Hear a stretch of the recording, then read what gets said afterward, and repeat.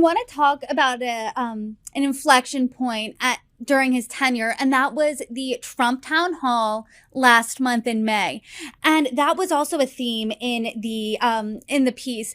And it seemed like this was a make or break for Chris Licht. This was a gamble, and as we know, it wasn't well received really at all in those in the media, as well as those in his company. So do you think that was an inflection point for the loss of support for Licht? And then this profile was really the nail in the coffin for him? Yeah, I think that's a fair assessment. And, keep in mind about the CNN town hall with Trump. They are doing a series of these. They did one already with Nikki Haley. They've got one with Mike Pence. They'll do one with Chris Christie, I assume. The the existence of a former president who is running for president again and who right now is the GOP frontrunner by miles, he is absolutely newsworthy.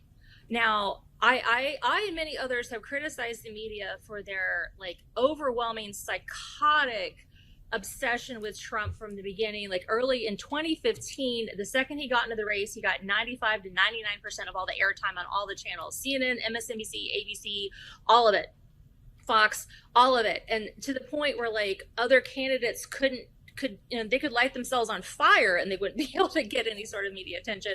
Whereas, CNN was airing an empty podium. Oh, the crowd's gathering for a Trump rally.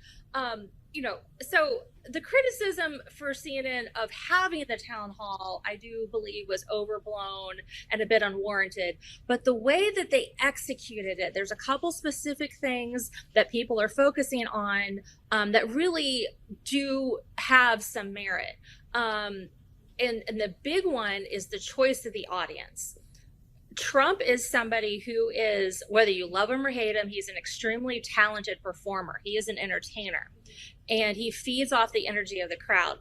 It was, understanding that this is supposed to be a town hall, and it was originally framed like it was going to be undecided Republican primary voters, but whether the screening process failed or whether this is what they intentionally did to get more dramatic television, what they ended up with was a very aggressively MAGA pro-Trump cheering section.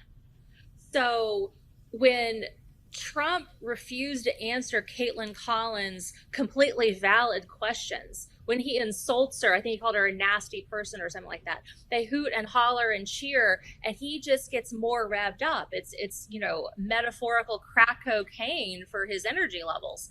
And, the idea of the town hall was fine. Caitlin Collins did the best with a very difficult hand she was dealt.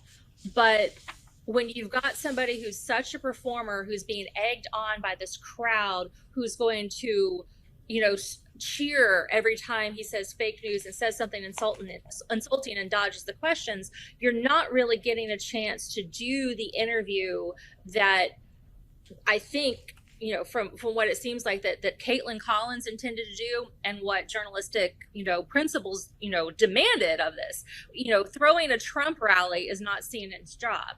Having an interview with a leading presidential candidate, that's absolutely within their purview. So, that's something that is on the production side, on the organizational and planning side, and that's something that the buck stops with Chris Licht as far as the audience goes. There's also some reporting that's come out in the Atlantic piece and some others on what was told to the Trump campaign or what was told to Trump himself about how this would be done. There's an anecdote of apparently there was some, banner that was going to be on the screen saying something about, the sexual abuse thing that, the E. Jean Carroll verdict that had just come down, and Licht, or I think one of Licht, let me correct that, I believe it was one of Licht's lieutenants who said, get that off of there, get the word sexual abuse off the screen.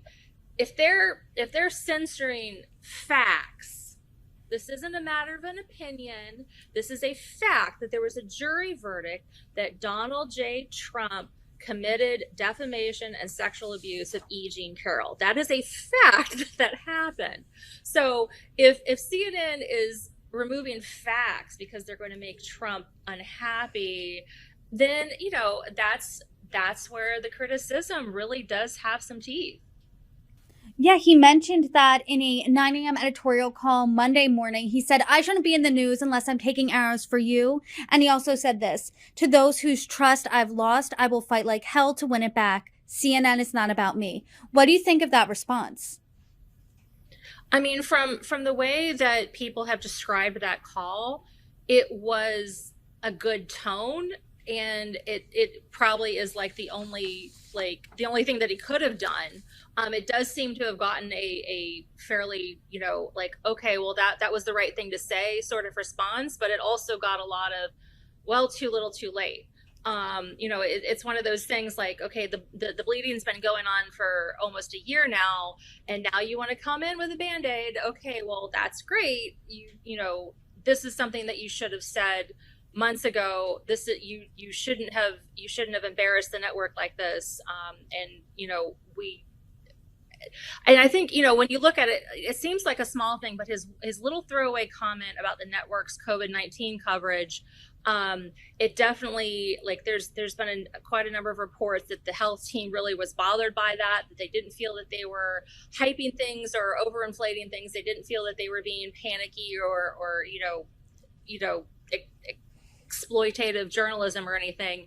And especially since a lot of those health reporters have advanced science and medical degrees, and keep in mind, like, COVID-19 is something that has a very large death toll, and people are still getting it and still being hospitalized from it and still dying from it. I have a very good friend who's a doctor, and I talked to her the other day and mentioned something I'd seen in the news, and she said flat out that, well, this is COVID-19 is probably something that we're always going to have to deal with, and that she and her family and what she's recommending to all of her patients are just probably going to end up having to do annual vaccines and just hoping for the best. But this is something that didn't magically stop being a problem or a risk for people the second the vaccines came out. And so for the reporters to hear their own CEO trashing them and impugning their motives, I think that really hurt. That definitely reportedly struck a chord. And in that editorial call, Chris Licht reportedly did not address the COVID comments and did not specifically apologize for those. Sarah Rumpf, thank you so much for joining me. Thanks so much. Have a great day.